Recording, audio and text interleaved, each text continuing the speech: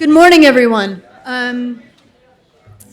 Welcome to day 2 of our conference program, and I'm thrilled to see everyone really enjoying themselves and have had such great response to the program yesterday, and know that today will equal that and match it, and then of course tomorrow is also another dynamic day.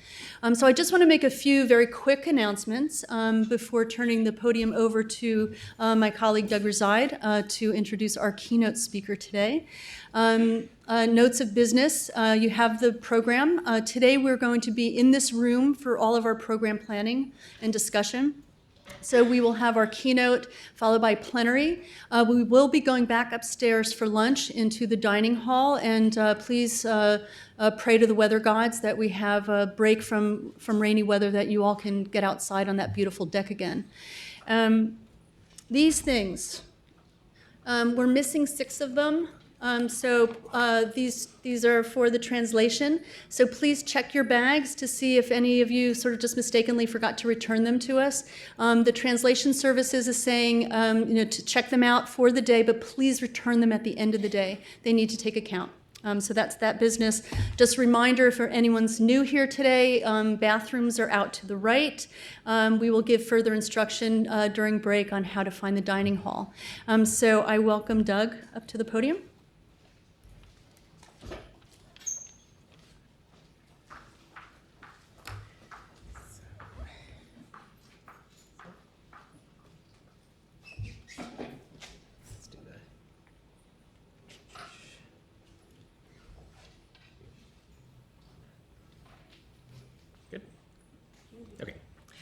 Good morning. I'm Doug Reside, as Nancy said. I'm the digital curator for the performing arts at New York Public Library, which is just up the street. I've worked in the field of digital humanities, which is the subject of today's workshop or of today's meeting, for around 10 years, previously at the University of Maryland in College Park. While digital humanities has a 70-plus-year-old history in English and classics, theater historians have come late to the field. Until relatively recently, computers haven't been particularly good at processing any non-textual data sets, and in an art form like theater that communicates in several modes simultaneously, most of which are not textual, early computers were all but useless. Nonetheless, a few theater historians have been pushing out on the edges of the possible for a few years, and few have pushed so hard or gotten so far as our next speaker, Nick Leonhardt. Like many working in the digital humanities, Nick is a true polymath with formal training in many disciplines, including theater studies, audiovisual media, German philology, art history, and musicology. And also, we'll hear costume design. After her MA and PhD studies at the universities of, and I'm going to get the pronunciation wrong, Erlangen, Nuremberg, and Mainz, yeah, you can laugh. She worked on research projects as a lecturer at the University of Music Cologne and the University of Music and Theater at Leipzig, as a guest lecturer at Barnard College at Columbia University in New York City, and she was a postdoctoral scholar at the Cluster of Excellence Asia and Europe in a global context of Heidelberg University, where she worked on a collaborative research project, New Urban Imaginaries, Berlin, New Delhi, and Shanghai, and as a lecturer and coordinator of the graduate program for transcultural studies. Since 2010, she has been the associate director of the German Research Foundation's Global Theater Histories Project and a lecturer in theater studies at Ludwig Maximilian University in Munich. And actually, I first met Nick in that context. She was working on a database project that was very similar to some of the work that I've done both at MITH and at the University of Maryland and here. And we found that there's a lot of really exciting work that should be connected, which is, I think, the sort of current state of the digital humanities, a lot of exciting work that needs to be connected. Her current research activities and interests are theater and media history and historiography, urban studies, visual culture, and digital humanities. She has just published a piece in the Schubert Archive, which some of you visited last night, their publication, The Passing Show on Transatlantic Theatrical Traces, Oceanic Trade Routes, and Global Trotting Amusement Explorers. And she's currently working on a project on transatlantic theater networks from 1900 to 1929. And she's also the head of the IFTR working group on digital humanities, along with my former colleague, Frank Hildy.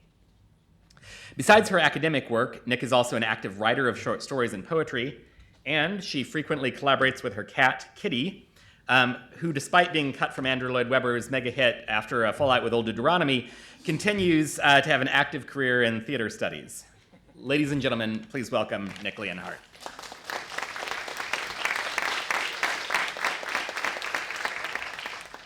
Thank you very much, Doug. Can you all hear me? For the very nice introduction, and also thanks to Nancy and for Doug for inviting me to give that keynote on this very exciting, very new and still developing field of digital humanities. You see my cat, she's becoming famous, world famous. The other day she would get greetings from a conference in Barcelona via Skype, so she's really well known. Good morning, bonjour, buenos dias, and buongiorno. I'm going to talk about digital humanities today, digital humanities in the performing arts, building communities, creating knowledge. Doug was already mentioning that I also have started a career as a costume designer, and when I was listening to that exciting talk yesterday, the keynote, I was thinking, well, it would be a nice idea to show you that picture in order to demonstrate what a good costume designer is and what a very bad costume designer is. So I spent only one day on being a bad costume designer, as you can see. Digital humanities matters. Digital humanities matters. An introduction. Digital humanities are all the rage. The areas of application of digital technologies have become more and more diverse in medicine, the natural sciences, and recently also in the humanities. Most of us aren't digital natives, but we have learned to engage with digital media and have allowed them to become an integral part of our everyday lives, as well as useful assistants and generators of ideas in our professions. We can get our questions answered by a friend, colleague, or family member, or Google the answer. If we lose our compass, we can ask local passers-by for assistance or consult our smartphone app. And if we need advice, we ask our closest friends or let our peers on our social media networks negotiate the best solution for us. I came across a song the other day that seems to be an epitome of that penetration of digital technology into our everyday lives. It is produced by the French electronic music duo Daft Punk and entitled Technologic. And I'm going to play that song, also in order to wake you up a little bit.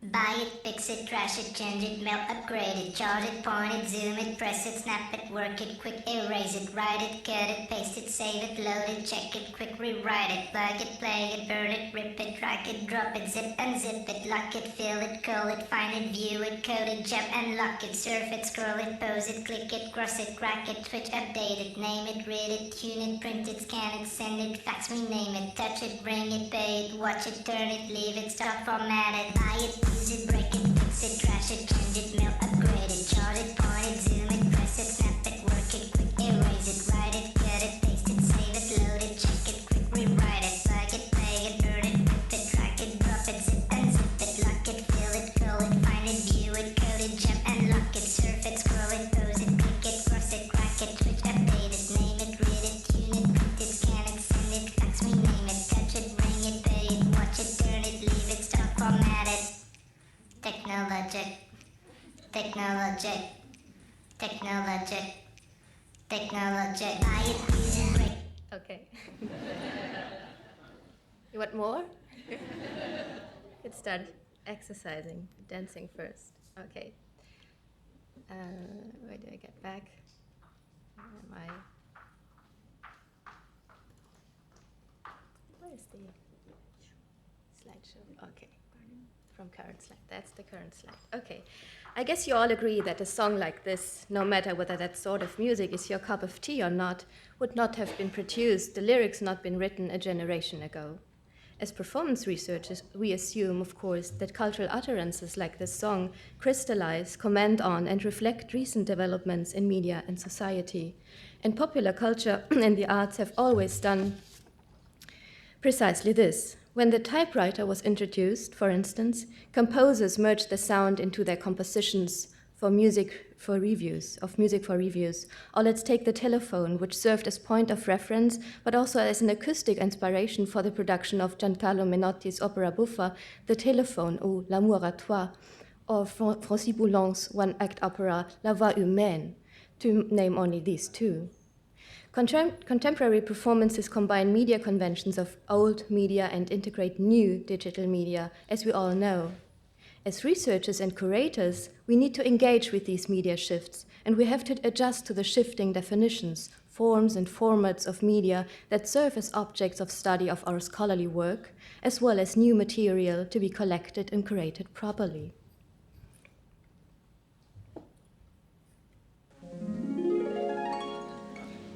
But how does this all relate to digital humanities? Digital humanities is not the most elegant nomenclature, yet for the time being, it is a heuristic term, a preliminary one, as it is still important to underline the mutual enrichment and interaction between D and H until it is taken for granted. Is digitization yet another media change, one out of so many we have witnessed and adopted to live and work with? Is it an offense to name the humanities digital? Is there anything humanistic attached to digitization? Is DH simply new wine in old skins? Is it one of these supercalifragilisticexpialidocious buzzwords that if you name drop it repeatedly when writing an application is likely to increase your chances of getting funding? These are crucial questions we need to address. Also, there's much skepticism and reservation towards digital humanities, and it is exactly that skepticism that is necessary to feed the critical discourse on this new field that is developing so quickly. Yet before I continue, let's have a look at what DH are, or what they are supposed to be. I hope it is legitimate to make an exception to the rule that Wikipedia is not a resource you would consult as a serious researcher. I asked Wikipedia what digital humanities are, and it offered a definition as precise and non-specific as you could wish a definition to be.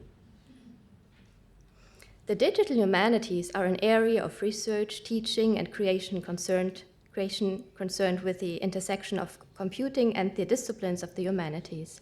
Developing from the fields of humanities computing, humanistic computing, and digital humanities praxis, digital humanities embrace a variety of topics from curating online collections to data mining large cultural data sets.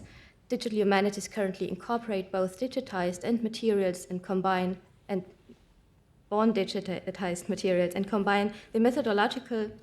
methodologies from traditional humanities disciplines such as history, philosophy, linguistics, art, archaeology, music, and cultural studies, and social sciences, with tools provided by computing such as data visualization, information retrieval, data mining, statistics, text mining, and digital publishing. As can be gathered from this definition, speaking about the age in only 25 minutes is a real challenge. Addressing all the fascinating facets of the age as described here would last forever.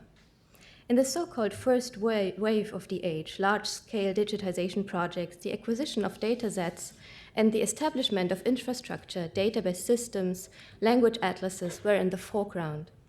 The current second wave, or Digital Humanities 2.0, has a wealth of materials available that had not been before, such as text, newspapers, pictures, archives for public or semi-public use. One could also say that the first phase was devoted to a more quantitative data production and analysis, while the second phase is characterized by a more qualitative approach and targeted at addressing humanities-related topics. Many recent research projects could not have been carried out without the means of digitization and the willingness of libraries and archives to make source material, magazines, and newspapers accessible to the public. Be it via a restricted or an open access, IT experts help us to develop databases, visualizations, and georeferential tools for fostering the understanding of complex theories or relationships by means of operations such as mapping and zooming in. I'm not telling you anything new if I mention what else is on the DH agenda. The operational questions of what material to select for digitization, of preservation, questions of copyright, of course, of how to share and link databases, open access, the challenges of long-term persistency of digitized collections, and not to forget the funding problems. I bet you are all more the experts in these respective fields than I am, because you have to deal with them on an everyday basis in your profession. In my talk today, I'm going to address only a few features of digital humanities that are related to theater and performance studies. And by doing so, I shall focus particularly on two aspects that I consider the most challenging and fruitful parameters of the age in our field, and that are also to be found in the title of our section within this conference, namely, building new communities or strengthening existing ones, which comes with questions of accessibility and a shifting working mode of scholars and curators.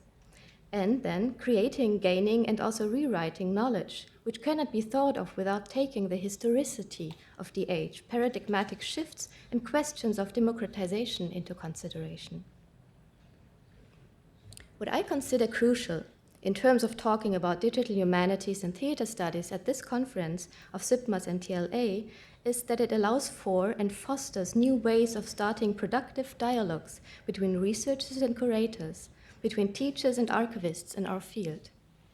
I will begin with a short overview of DH projects in theater and performance research, then continue with a paragraph on the historicity of DH, and I will close my observations by presenting you the results of a little survey that I carried out among my colleagues in the German-speaking countries and in Italy.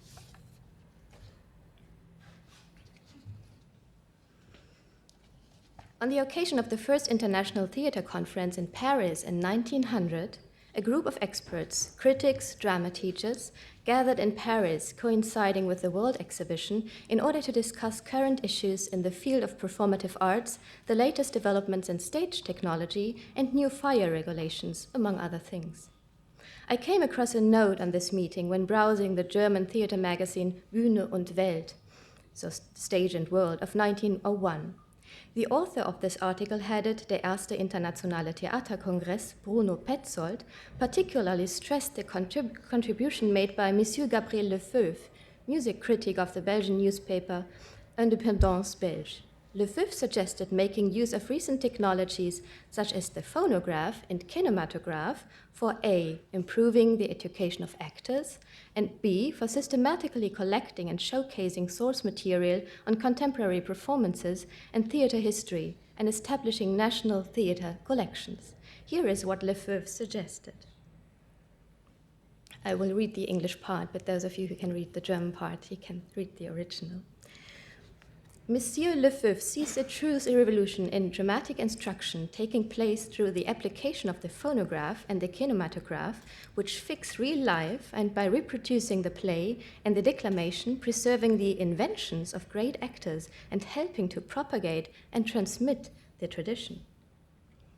In the interest of such a phonographic and kinematographic type of teaching, and in the interests of the art of acting itself, Monsieur Lefeuve suggests that it be made a legal obligation to deliver to a state depot one specimen of any phonographic or kinematographic article that appears commercially. He likewise applies for the foundation of national theater museums, where models of theaters, where decorations, wigs, autographs, and biographies may be collected. Brilliant idea, isn't it? Lefeuve's position is striking in two ways. First, it is amazingly innovative of him to make the connection of film recordings and phonographs with theatrical performances at such an early point in the history of both media. As we all know, the first screening of kinematography took place no earlier than 1895, and qualitatively satisfying phonograph recordings were not possible before the late 1890s. And secondly, in the context of the section on the age in theater studies, it is stunning to see the parallels between Lefeuve's concerns and those of DH, namely the preservation and sharing of traces of ephemeral arts and the desire to make them accessible to interested laymen, teachers, and students. Working with databases and computational tools necessitates data that are reliable and can be validated. It also asks for a balance of the quality and validity of the data fed into the databases. That there's a challenge attached, a methodological flashpoint, if you like, which seems doubly dangerous when we talk about DH in theater research. First, databases and tools want to be fed by neutral or clear data. This means that it ideally requires positivist material and approaches that we actually have overcome in the humanities. My second concern is related to the previous one, in that in performance studies, we have always been confronted with the ephemeral quality of the theatrical event. We have been trained to cope with that challenge of interrogating an art form in cultural performances whose main characteristics consist in their ephemerality, their volatility. One could even argue that theater scholars have always created innovative methodological backdoors in order to increase knowledge about theater being a subject of historiography in the very moment of its performance. We have collected images, texts, playbills, architecture as documents, as sedimentations, and references related to theatrical performances. From this it follows, as I would like to argue, that digital humanities might just be the right field for theater scholars to further explore and apply their methodological concerns, as performance research might be considered just the right subject for challenging the tools and possibilities of digital humanities. The following overview of DH projects in theater and performance studies is a selection only, taken from an increasing number of projects in the domain that are being developed based on different foci and at different places. I try to categorize them roughly, namely into library projects, individual projects on individual playwrights or performers, theater architecture, projects on dance and acting, larger network projects, and applied DH projects in theater research that I tend to call experiential DH projects because they make you experience what it means to play and what it means to engage with a theatrical space. And then finally, we also have many projects that are loosely related to theater studies and can be of interest to us. So I'm going to present only a few of them or name them, and I also added the web links, and I will be happy to send you the links if you're interested in browsing them further.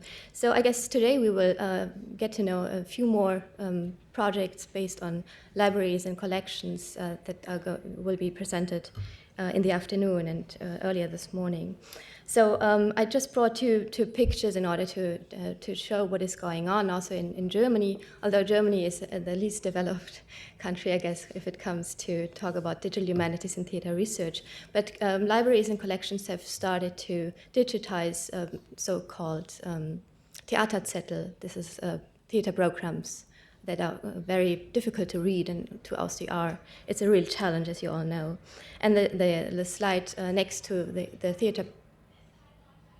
theater program is actually Glasplatten-Negative, like glass plate negatives that have to be digitized because they are going to fall apart. They're very breakable. And then, of course, we have ECLAP, the European Collected Library of Artistic Performance. I'm still dreaming of a meta library or a metadatabase that helps us to get access to all the libraries that have digitized material. And ECLAP is trying to do it in a way, but it's not sufficient. There are various projects on individual playwrights and performers, and some of them might sound familiar to you, and I'm naming them only here. So only 2 months ago, Ibsen Stage has been relaunched. It's a production or a project. It's a joint project by Julia Hollage from Australia and Frode Helland from Norway, and Jonathan Bolland is a very influential programmer for that project. So we have Ibsen Stage. We have many projects about Shakespeare, which is not a surprise at all. So there's one initiative of the L'Università degli Studi di Trento under the direction of Sandra Pietrini, and they have developed a project or a database which they call Shakespeareana. It's actually a database where you can browse the most important plays of Shakespeare, and you get references to pictures and to actors who played in these plays in various places. We have Staging Beckett, and I guess we have a few experts here who could elaborate on that any further in the afternoon or during the discussion. So that's a database of professional productions of Beckett's plays in Ireland and the UK, and a prominent figure and director is Anna McMullen from the University of Reading. We also have Shakespeare database projects in Asia. We tend to forget Asia as a very important region also for digitization projects. And I brought one example, Asian Shakespeare Intercultural Archive, which is done under the direction of a young scholar, female scholar, Yang Li Lan, from the National University of Singapore. It's really interestingly done in various languages, but there's also English if you can't read the other Asian languages. So it's interesting to that extent that you can browse also audience reception, how the audience reacted to the plays. I think this is something really innovative. And then there's another very playful project, which Hannah Crawford from King's College London has done with her students and with her IT experts, and she called it Mapping Shakespeare's London, another very nice and playful project on Shakespeare. I brought one example for a project related to theater architecture, more from a historical perspective, and this is by our colleague Frank Hildy and MITH, Maryland Institute for Technologies and Humanities. He developed Theater Finder, a comprehensive web-based worldwide guide to theaters over 100 years old. Frank is still dreaming of creating also apps for tourists who, when they are in Athens or so, can immediately get a picture of what old theaters are in the neighborhood. We have databases and projects on dance and acting. I brought only one example. Colleagues presented other examples yesterday in the afternoon session. So we have Digitaler Atlas Tanz, which is based in Berlin. It's run by the Academy of Fine Arts in Berlin. And it's basically on German dance, starting from the early 20th century on. And then we have the Acting Archive. It's another database project in Italy where you can find all various materials about acting, texts on acting, historical texts on acting, and so on. I guess there are much more out, but I brought only a few examples. Then we have larger network projects, which actually have to relate to these smaller projects or individual projects on actors and playwrights and other single projects. I brought 3 of them. Offstage, this is a very famous project. This has been running for almost 13 years now, also under the direction of Julie Hollidge from Australia and Jonathan Bollen. Actually, the Ibsen Stage Performance Database refers pretty much to the Offstage project, so that's a side project which uses the same tools and the same database systems and references.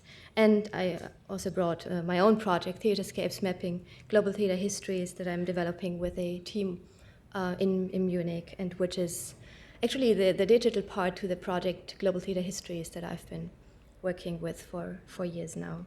So this is a very abstract visualization of how my project works. I don't want to go into detail, but if you're interested in learning more about the project, I'm happy to elaborate on that. Then we have applied or experiential DH projects in performance research, and I brought only 3 of them. So you can try to find out how it felt like to be a spectator of a vaudeville performance in the 19th century.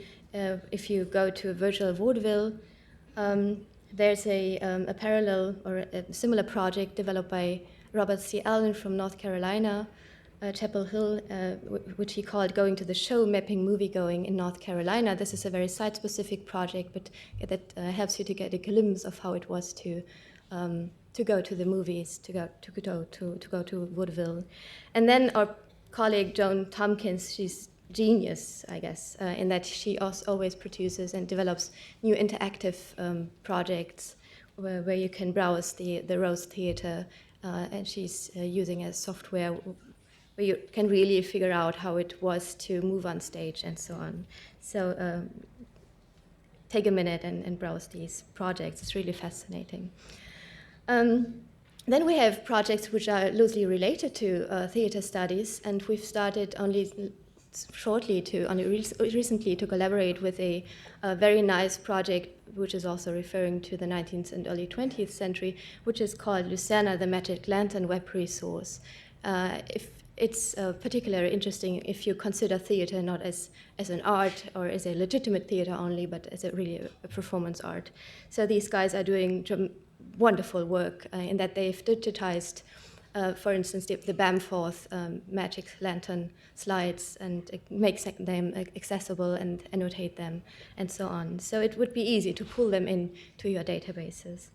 And then, of course, there are projects done by art historians. They're very active in doing these projects. I brought only one example because I think that's a nice example to look at, because Hubertus Kohle, the art historian who's in charge of Artico, considers art history as a very playful discipline. So he wants to engage his users with annotating pictures and paintings of all periods. As I said, that's a selection only, and there are many, many more out, and it would be great to have a big overview of all of them. So, Dernier décrit aux longues durées, a few words on the historicity of the age. The humanities are rich in questions and methods, but they are not, to refer to an ancient medium, set in stone, but genuinely open to new objects, and thus open to new methods and issues. More than any other scholarly domain, the humanities are characterized by numerous possibilities of knowledge expansion, the creation of new basic research, the rereading of supposedly secure knowledge, and cross-referential operations between disciplines, creation or development of new methods. This resonates with new, enhanced forms of publication and generation of knowledge. We publish not only texts in printed, but digitally intertextual and multi-referential formats, and enabled also by computational technologies, expand our readership, also through e-papers, blogs, etc. When reflecting on these forms and formats of creating knowledge, again, a kinship to an eminent venture comes to mind, pointing to the historicity of operations and the agenda of the age. And this is the Encyclopédie of Denis Diderot and Jean-Baptiste d'Alembert, published from 1751 on. D'Alembert states in his famous preface, the Discours préliminaire, in the lexical summary of everything that belongs to the areas of science, art, and crafts, the aim must be to make their mutual interdependence visible and to use the cross-links to detect the underlying principles in more detail. It is about identifying the more distant and closer relations of things. Mutual interdependence, cross-links, close and distant relations of things. These concerns are marked by a striking resemblance to the age. And still, speaking of the Encyclopédie, another parallel strikes me here, which is the collaborative or collective production of that volume. As is so often the case in history, it was not one man who single-handedly created revolutionary new fields or inventions. Although the Encyclopédie is assigned to Diderot and d'Alembert as the principal editors or authors, in fact, the articles were written by at least 140 contributors.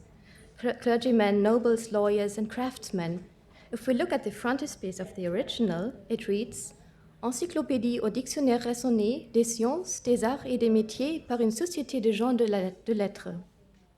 A company of writers contributed to what was then considered both an innovative and highly debatable way of creating and distributing knowledge. The circumstances of compiling this distinguished publication, its collaborative approach, the deliberate consideration of cross-references and categorizations, and its impact on the creation of knowledge resonate astoundingly with the agenda of digital humanities. It does not come as a surprise that there are online tools out there that enable a community of scholars and laymen to translate, transcribe, and edit the encyclopedia collaboratively. Does digital humanities have to help answer questions and make arguments? Asked Tom Scheinfeld in his chapter on theory, method, and digital humanities in the volume Hacking the Academy, published in 2013. Yes, of course, that's what the humanities are all about. Is it answering lots of questions currently? Probably not. And this suggests another, more difficult, more nuanced question. When?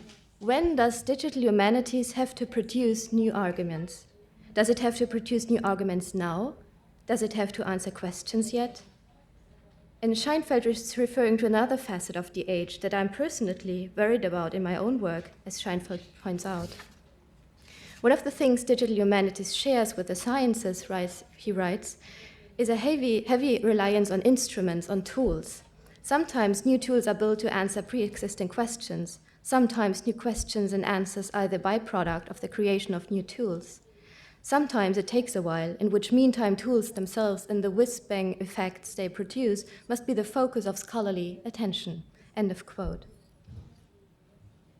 Before I came here and while preparing that talk, I sent out an email with a short survey on digital humanities to 20 colleagues working in theater and art studies, as well as in library and archive studies. Here are the 3 questions I asked. What do you consider a benefit of the age? What surplus value do you or does your subject gain via the age? What do you regard as the biggest challenge? Do you have any critical remarks you would like to make? As I did not expect my busy colleagues to reply, I lured them by referring to a pre-digital medium and promising everybody who participated in my survey that I would send them a picture postcard from New York by snail mail. I'm not sure if it was because of that promise or out of deep interest in the topic of the age, but already within the first hour of my little email survey, no less than 7 colleagues replied. 8 more followed during the day. I brought you a selection, and since I'm figuring that I'm running out of time, I guess these questions can be also discussed at our discussion section. So I brought, I already referred to Valeria Tirabasso and Sandra Pietrini from Italy, and they consider the benefits and surplus value as sharing our research activities with a wider audience of researchers. I guess we all agree. Challenges to them are improving the visibility of the projects they're having. A critical point for our work is the complex management of the research group. In fact, the group is made of different people with different levels of expertise, and it's difficult for us to organize each level's work.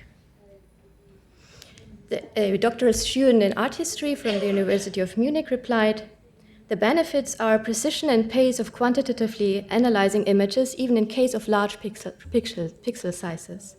The challenge is defining and finding intelligent norm data for the respective research community.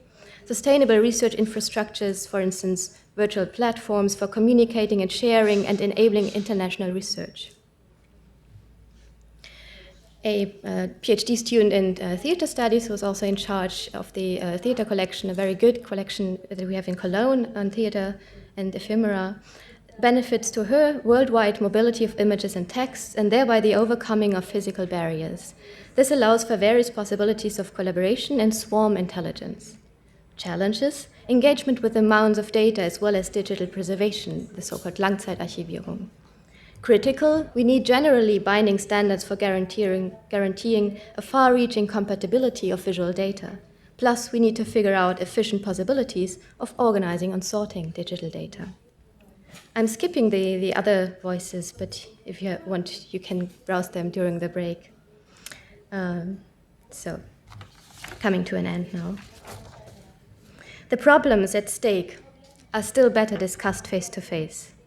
In my previous observations, I touched upon the relevance or benefits of the age, its innovative features versus the longue durée of the underlying scholarly interests and desires within the humanities.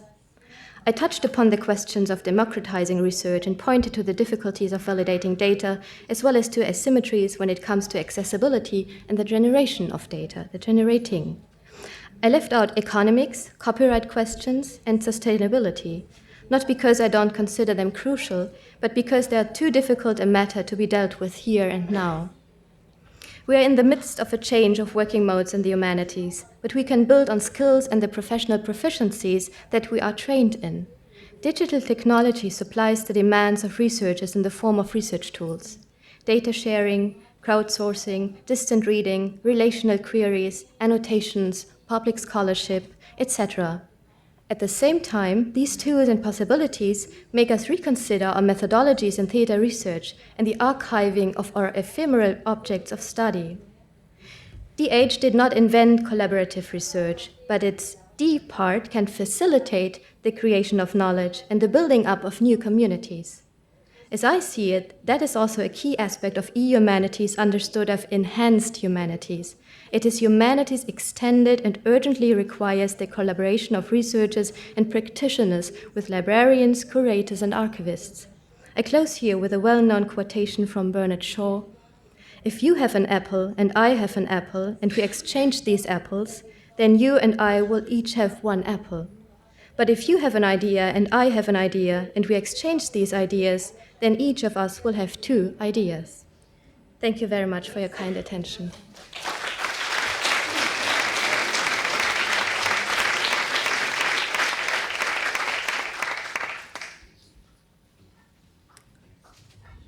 Do you have any questions? Do you have time for questions?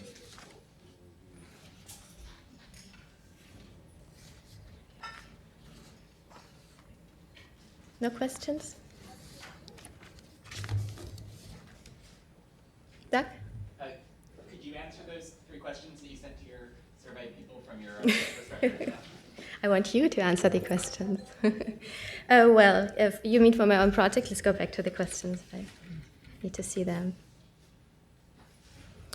Well, my answers go very much in line with the answers we have listened to. So to me, the largest benefit of digital humanities is really, I'm a historian, I do theater and media history research, and I'm also doing transnational and transatlantic research. So it's very, very good for me and a huge benefit that I can get access to digitized newspapers from various parts of the world that then I can browse by keyword query. It's really easy for me to browse them, although they are not all reliable. And we have a huge discrepancy in terms of what has been digitized and not. So if a newspaper or magazine hasn't been digitized, it doesn't mean that it's not important.